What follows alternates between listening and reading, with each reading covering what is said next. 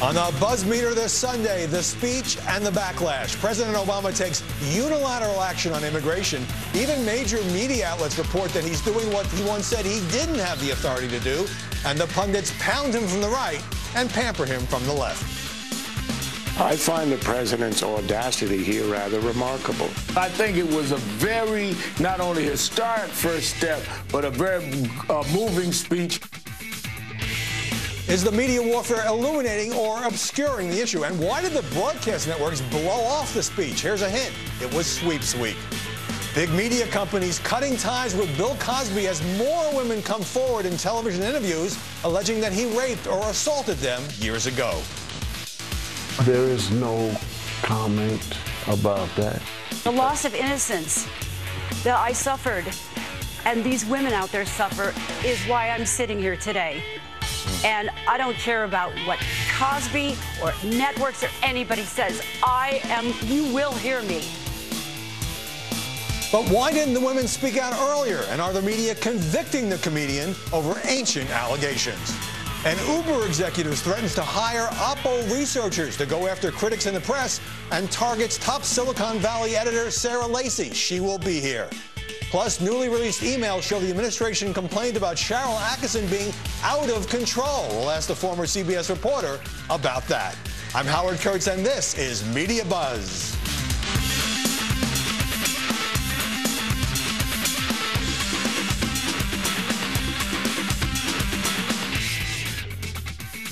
The media debate over illegal immigration has been raging for so long that the president's speech felt like just one more scene in a scripted drama, a moment that ABC, CBS, and NBC were all too eager to blow off.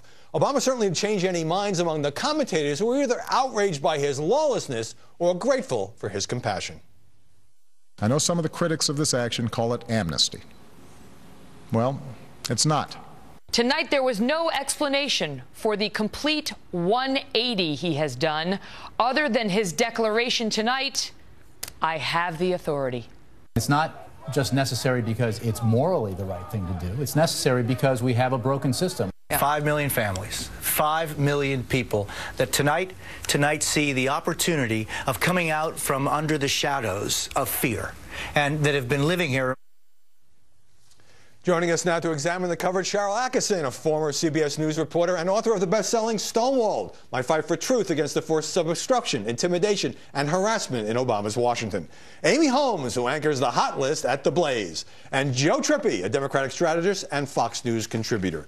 The morning after the speech, Sharyl, Washington Post, we can put it up at the front page, a bunch of pictures, one with the president, the others of immigrants celebrating. Are the media in their framing of this story sympathetic to immigration reform? I think sometimes. I mean, everybody likes a happy story, and you like the happy images. I think the media has well covered the deserving immigrants, the ones who have been discriminated against, the illegal immigrants who have served the country well and yet face this possibility of being torn and ripped from their families. What I don't think the media has done a good job covering is the other side. I don't mean politically, but the impact that it could have to have all the illegal immigrants made whole here in the way that the president talks about. Is there no legitimate opposing opinion? Is there no potential downside? That's not been well covered. Right, but what has been well covered, Amy, is, of course, the politics and the legal battle. But do you think the media have paid enough attention to the argument that President Obama, despite his previous statements, is flouting the law and the Constitution? It might surprise you to know, Howie, that I think the mainstream media actually did do that. And you look at the Washington Post editorializing against the president's action. Glenn Kessler giving the president upside-down Pinocchios, which I think really sort of set the terms of debate for this. He's a Washington Post fact checker. Washington Post fact checker, exactly. I think where you're actually seeing the left and the right buying into the White House spin is when they call this protection of illegal immigrants being deported, when really it's a suspension of that deportation. So they're buying the White House spin to that to a certain extent. But I give the mainstream media credit on this one, that they saw that the president was doing a 180, a flip-flop, and they called him on it. I think that's true, Joe Trippi. New York Times read a big piece on Obama's past statements. Everyone can go to the videotape. Even on the night of the speech, CNN ran a montage. But that kind of faded, and then it became, as the White House blitzed the airwaves and did its spin machine thing, it became kind of a he said, she said. Well, some legal experts say he can, and some legal experts say this is terrible. Well, that's because we have both those things happening. I mean, some legal experts are saying he can't, some are not. And obviously the president changed on this. I mean, that's just the facts. I mean, he himself is a legal expert, right? But the president himself, in fact, he repeats this in an interview this morning on ABC with George Stephanopoulos, says, no, I didn't change. Before I was talking about these kinds of deportations. Now I'm talking about this. So you agree, and the media should emphasize, that this was a reversal?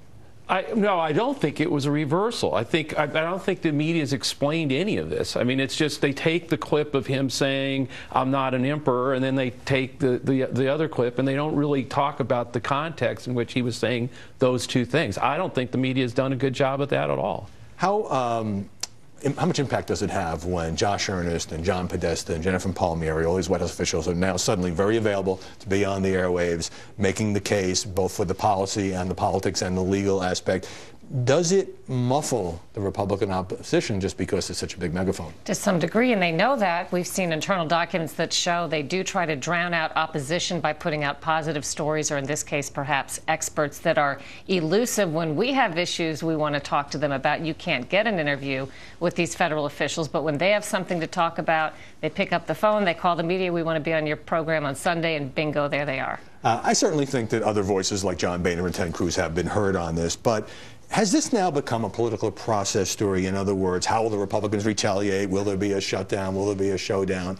And is that overshadowing the issue of immigration itself? Absolutely, and I think actually right-wing press has been more effective than the mainstream media at drilling down into what does this, executive amnesty really mean? Is it really 5 million illegals, and who does it apply to? The Department of Homeland Security now prioritizing different types of crime. This is being reported in the right wing. Where I would say that the mainstream media has, tended to cover this story in a different way is as the human interest story, as you mentioned. The people who are watching and these watch meetings. The fact that it was only his speech was only broadcast really for a Latino audience, and now you're seeing the press going out to the right wing to sort of try to find the most inflammatory quotes they can against the President of the United States, including Michelle Bachmann and the statements that she made. Well, you know what? She's actually a lame duck. She's out this December. What does it matter? The president's done what he's done, and the real story now has to be how will the Congress, how will the Republicans react? What will they do? What about this business about inflammatory quotes? I mean, Michelle Bachmann is quoted all the time.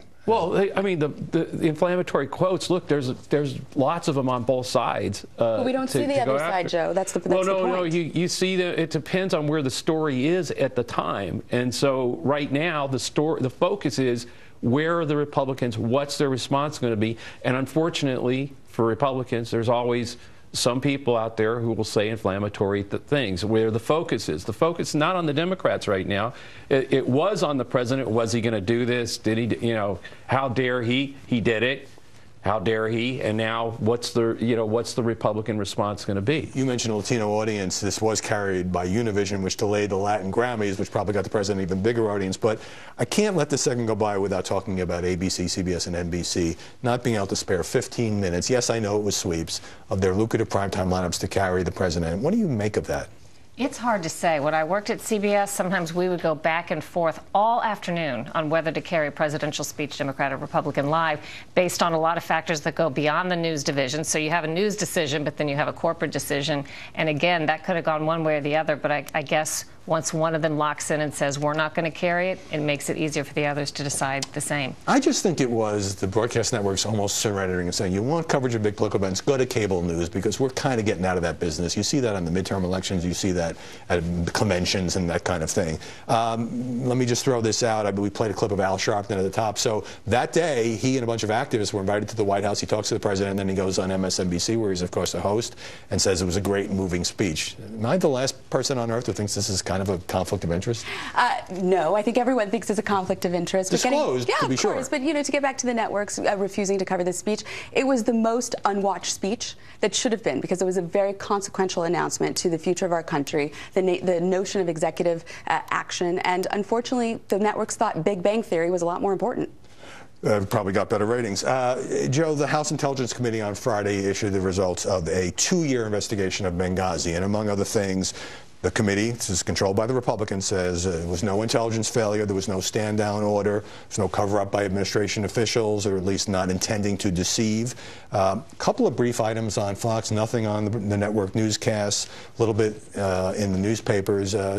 Given all the attention that Benghazi has gotten, including on this network, should that have gotten more coverage? Yeah, a ton more coverage. I mean, look, as someone who defended the actions of the administration on this network countless times over the last couple of years on Benghazi, it deserves a reaction, some coverage. But I also think, frankly, part of this is what time the dump happened. It happened at late Friday night, I think minutes before a lot of news here and okay, sure, but if the dump had happened, the dump, as you so eloquently call it, had happened, and the report had been very critical of the administration, it would be all over the headlines, right? I'm not so sure. I think that Benghazi a long time ago was deemed by the mainstream media as just a right-wing obsession, and instead of digging, they may have been right about that. I disagree.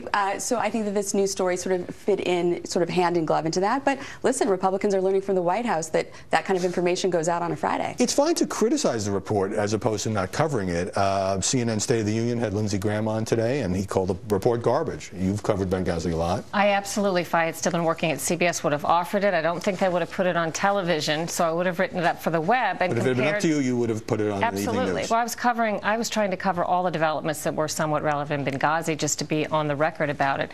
In this case, I would point out to where the findings of this committee differed with witnesses to other committees. Much of the findings were the same, as Joe said. And also there were no answers really to the great imponderables, which I think may be why it didn't get more coverage, like what was the president doing that night? Why can't we see the White House photos? What happened to the surveillance video in Benghazi? Right. Well, it was a 2-year investigation. I think it deserved more coverage in all news outlets. Don't forget to tweet at me, at Howard Kurtz. We like to read your messages at the end of the program, and we like to have this dialogue. You can tweet at me after the show is over as well. Now ahead, we'll talk to tech journalist Sarah Lacy, targeted by an Uber executive who spoke of investigating her personal life. When we come back, 10 days in Ferguson, waiting for some word from the grand jury. Are the media exacerbating the tensions?